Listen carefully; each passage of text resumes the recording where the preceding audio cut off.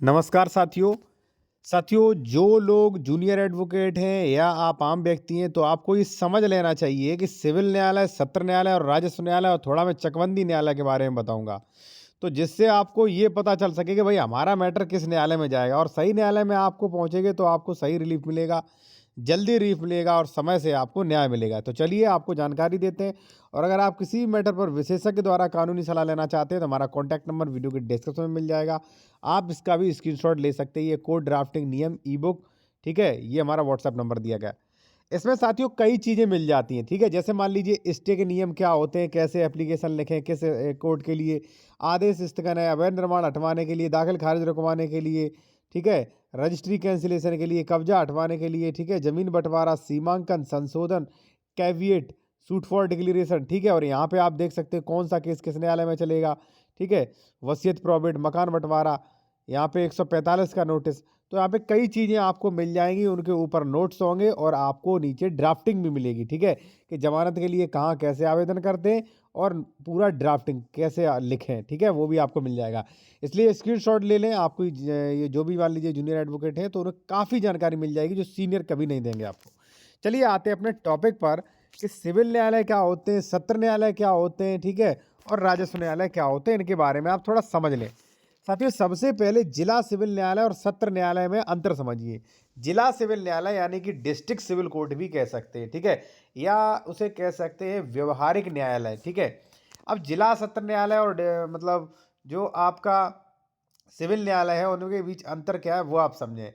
यानी कि उनमें किसी तरह के मुकदमों की सुनवाई करते हैं। देखिए, ये दोनों एक ही परिसर में होते हैं, यानी कि एक ही बिल्डिंग एक ही स्थान पर है, लेकिन इनका काम अलग अलग होता है, ठीक है। जैसे मान लीजिए आप किसी अस्पताल में जाते हैं तो वहाँ पे स्किन स्पेशलिस्ट अलग होते हैं, ओटी अलग होता है, ठीक है, टीबी का अलग होता है विभाग, ठीक है। इसी प्रकार से ये आप जब भी कोर्ट में जाएंगे तो वहाँ पे गौर करना लिखा होता है जिला एवं सत्र न्यायालय, ठीक है ना। तो एक ही बिल्डिंग में होते हैं, अलग अलग कक्ष होते हैं, ठीक है। अब क्या है थोड़ा आप समझें, सिविल न्यायालय के बारे में समझें साथियों।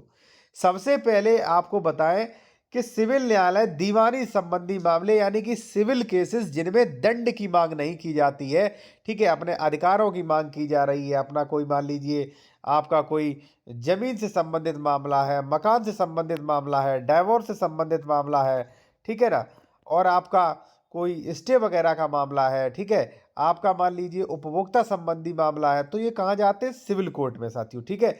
लेकिन ध्यान रहे साथियों, कृषि जमीन वाले मामले हैं, चाहे कहीं से भी हो आप, उन पर स्थानीय विधियां लागू होती हैं और वो राजस्व न्यायालय में जाते हैं, सिविल न्यायालय में नहीं, ठीक है ना।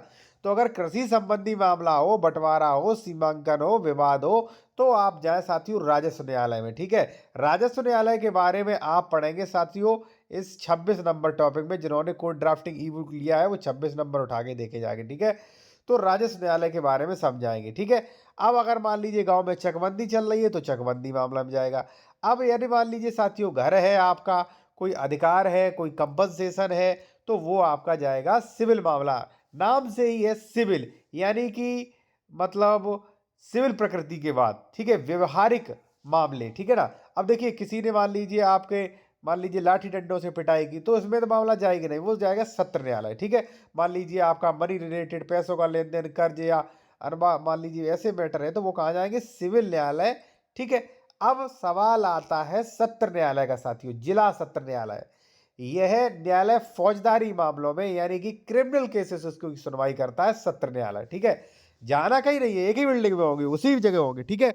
अब उसमें आपके मामले जाते हत्या के, डकैती के, चोरी के, बलात्कार के, मारपीट के, या कई बार ऐसा होता है साथियों कि मैटर दो जगह भी जा सकता है, सिविल में भी और क्रिमिनल में भी।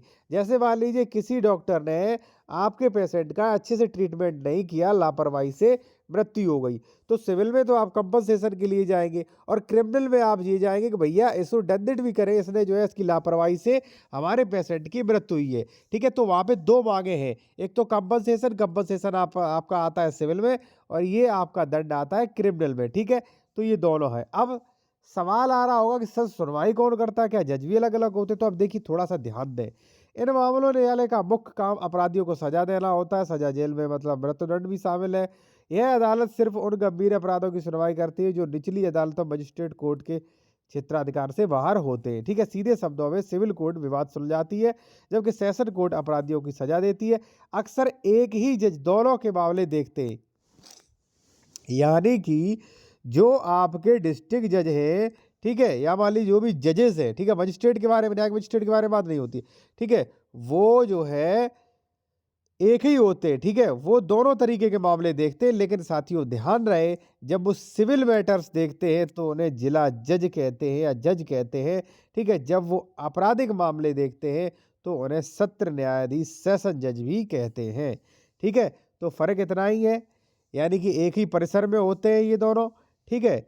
अब जैसे मान लीजिए कोई डिस्ट्रिक्ट मान लीजिए जज है, ठीक है। अब अगर वो सिविल मान लीजिए कोई जमीन संबंधी मैटर देख रहा तो उसे कहेंगे डिस्ट्रिक्ट जज, ठीक है। अब अगर मान लीजिए डिस्ट्रिक्ट सिविल जज कह सकते हैं, अगर मान लीजिए वो 302 का केस देख रहा है तो वहां पे कहेंगे सत्र न्यायाधीश, जिला सत्र न्यायाधीश, ठीक है ना। तो ये था खेती संबंधी मामला है तो राजस्व न्यायालय में, और खेती में भी अगर चकबंदी चल रही है तो वो चकबंदी न्यायालय में जाएगा। साथियों आशा करता हूँ, उम्मीद करता हूँ कि आपको वीडियो अच्छा लगा होगा, और बेहतर जानकारी के लिए आप कोर्ट ड्राफ्टिंग ले सकते हैं, जिससे आपको कानून की जानकारी अच्छी हो सके, ठीक है। जैसे झूठी एफआईआर से नाम कैसे निकलवाएंगे, ठीक है, कब्जा हटवाने के लिए रेस्टोरेशन है, रजिस्ट्री कैंसिलेशन है, तितिम्मा है, सेल एग्रीमेंट है, जमानत है, कौन सा केस किस न्यायालय में जाएगा, कोर्ट केस कैसे लिखते हैं, वाद पत्र के नियम क्या, न्यायालय का चयन कैसे करें, वाद तथ्य मूल्यांकन, अनुतोष, अदालतें, अधिकारिकता, सब के बारे में, कानून में प्रचलित फारसी मतलब शब्दों के बारे में भी यहाँ पे बताया गया, ठीक है। तो अगर आपको अच्छा लगे तो स्क्रीनशॉट ले सकते हैं।